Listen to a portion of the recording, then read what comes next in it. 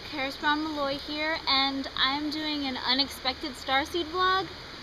I just did one a couple days ago, and I didn't think that I needed to do another one, but I have been told insistently is that gut feeling jingle you get sometimes. There's some traffic for you. The gut feeling jingle has said you should really record a vlog, you should really record a vlog. And I've told the jingle, but I already recorded a vlog this week, and the jingle has said you should really record a vlog, so here I am doing it, because if I'm right, these jingles tend to grow in their intensity until they get kind of uncomfortable to hear, so I'm doing it. And hopefully there's a reason. I mean, the only thing I can think, considering what I'm going to talk about, and the only thing I can think is that there's someone who needs to watch this, so whoever you are, you got the message through, I guess. So anyway, what I'm going to talk about is why they're helping us. They being the extraterrestrials that are helping us, because all of them aren't helping us. Some of them are doing the opposite of wanting to help. So, this video is going to be about the reasons behind why the ones that help do help. Because some very intelligent people ask, well, if they have all this technology and all of this heart-based, intuitive ways of living in the world, and if they are so far ahead of us in a lot of ways, how come they travel all these light years to just see what we're doing? We can't be that interesting. And the answer to that, it's a very good question, but the answer is, there are things that happen here that aren't happening anywhere else. And it's not a completely altruistic thing, them helping us. Do you know what it's like when you're working with a child and you're trying to describe something to them, some type of concept that they're trying to grasp, and they don't get it, and they don't get it, and then finally they get it. It gives you that expansive feeling. Or when you have a friend or someone that you love, and they kind of lose it for a little while, they go away, they stop communicating with you, they, excuse me, they're gnats.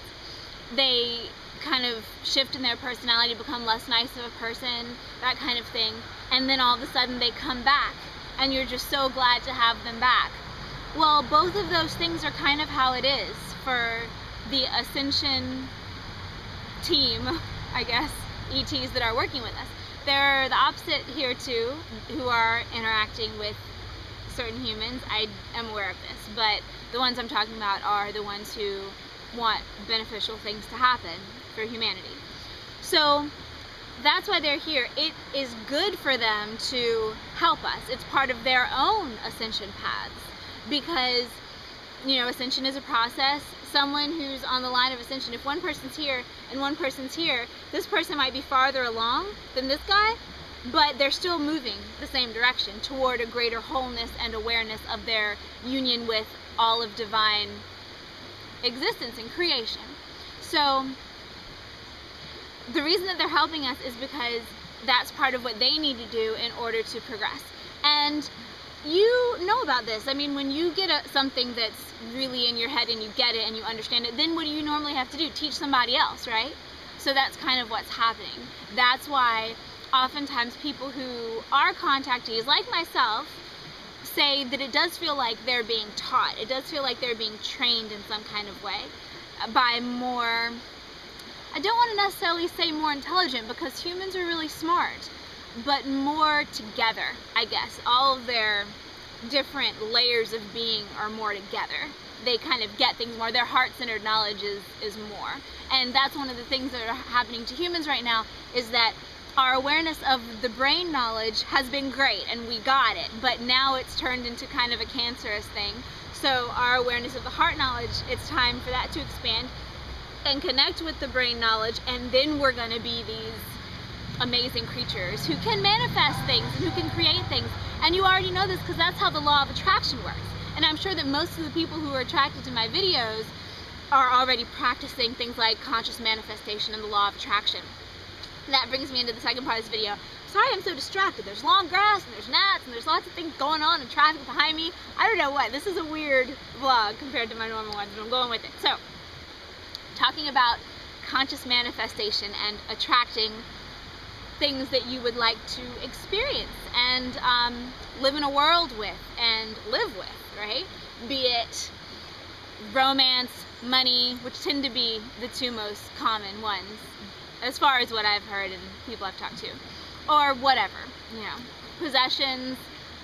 But what's better is a situation than a possession, because a possession is just a thing, and those of you who already know this, who have maybe already created lives that are very fiscally and materially comfortable, that doesn't necessarily mean anything for your state of being or your happiness level. But anyway, moving on. This is how you do it. Alright, so you meld mind and heart together. What you do is first imagine the situation, whatever it is that you want to manifest. Now, I'll give you a special amping it up thing to do in a second. But before that, all you do is imagine it. And don't imagine it like some third party looking in. Imagine yourself doing or being or interacting with whatever it is that you're trying to create. So, say for example, you're trying to manifest a new car. Create a new car in your reality. Because also remember, and this is a little aside, we're in a universe of consciousness. Nothing is real. Nothing is three-dimensionally real. So when you talk about likelihood, probability, well, this will be easier to manifest in this because this deals with the laws of logic. There's no such thing. They're just things that we've all kind of agreed on and then been taught as we're children, understanding the world that we live in from the grown-ups around us are real, which are arbitrary. Anyway, so imagine the situation, right? If you're trying to manifest a car, don't just imagine what the car looks like. Imagine you getting in the car, driving the car, seeing the car, smelling the car, feeling the car, being with the car. The car is real. Make it as real as possible. And then after you've got the picture firm in your mind, what you do is start to bring up the feeling of love within you. Not romantic love, just pure love. And try to make it bigger, bigger, bigger. And then infuse the picture that now you have in your mind, the moving picture of whatever the thing is you want to manifest. Infuse it with this love, as if the love were light. Make it so that everything glows. Like, make all of it just be thick with this love and coated and in and out and everything with this energy of love. Because the mind is part of creation, yes, but the love is the vibration of creation. What we call love in our English language is actually the thing that makes everything. It's the connective tissue between all of the pieces of stuff that we perceive as material reality, and probably all other types of reality as well. So, infuse it with this love. You've got the picture, you've got the emotion is all in. Now imagine what you're gonna feel like when you feel like that. For instance, if you're trying to manifest a new career that you love, imagine yourself being, I don't know, whatever it is, happy, full of vigor, excited, you know, wake up every morning just happy to meet the day. And then, once you've got your feeling, the love feeling permeating everything, and the clear, clear, clear picture, specifics, I'm talking get as detailed as you can, then, whew, let it go. Just let it fly out from you in all directions like a little shockwave going out, and let it go. And don't think about it. Then live in the present. Live as much in the present as you can.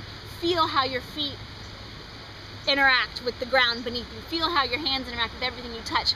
Feel the air moving in and out of your lungs and in and out of your nose. Think about each word you say as you say it. You know, connect with each person you see. Live in the moment as much as possible, because that kind of allows things to happen easier as well. And 2 tips. If I was going to give you one, remember the second one, so I'll give you 2. The first one is, when you're thinking of that thing or occasion or situation or experience you're trying to manifest, put something in there that will benefit someone else. Someone else that will not then give you a kickback for benefiting them. Just put something totally altruistic in there that will benefit someone else. Better yet, make it benefit everybody. Make it be something good for the earth and all of her symbiotic creatures, which we are not symbiotic right now, but we're getting there. Symbiotic creatures, make it benefit them. So that will up the power of what you do, because if you can get in alignment with divine consciousness as much as possible, that makes everything happen much more faster, more intense, neater, and just more awesome in general in effect. Okay, so that's the first tip. The second tip is, you remember how you felt how you would feel in that situation? You know, happy, full of vigor, blah, blah, blah.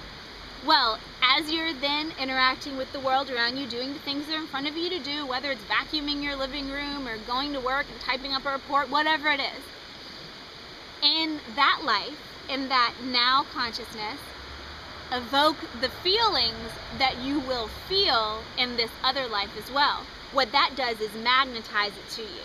So you kind of set the vibration for what's going to happen in that visualization. You release it, so it exists somewhere. It does exist somewhere. If you can imagine it, it exists. If you can imagine it, it exists somewhere.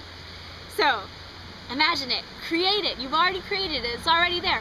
Now all that you have to do is put yourself in a matching resonance with that thing as you move through realities, because it's not just that you are creating things in your own reality. You're flipping universes. You're flipping dials here and there that put you in another life, in another world. So as you move, what you're doing is creating in you the resonance that will then pull in whatever the coding is in your reality. You know, like there's you and there's everything that you experience. So, I don't know why I just made this vlog, but I did. And whoever's supposed to hear it, I hope you find it, because it's a shock to me.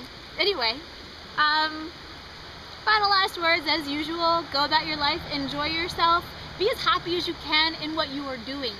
Be present. Usually things aren't that bad in the moment, even if you're worrying about something tomorrow or next week or in an hour or two. And try to be a light for other people, you know, be who you are, be as authentically you as possible.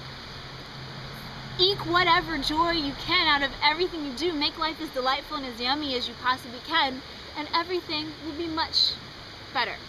And it will also be better for the people around you, which is always good. So, thank you for watching. I will see you next week, I think, unless I make another random video, which I don't expect to make. But yeah, that's it. I'll see you soon.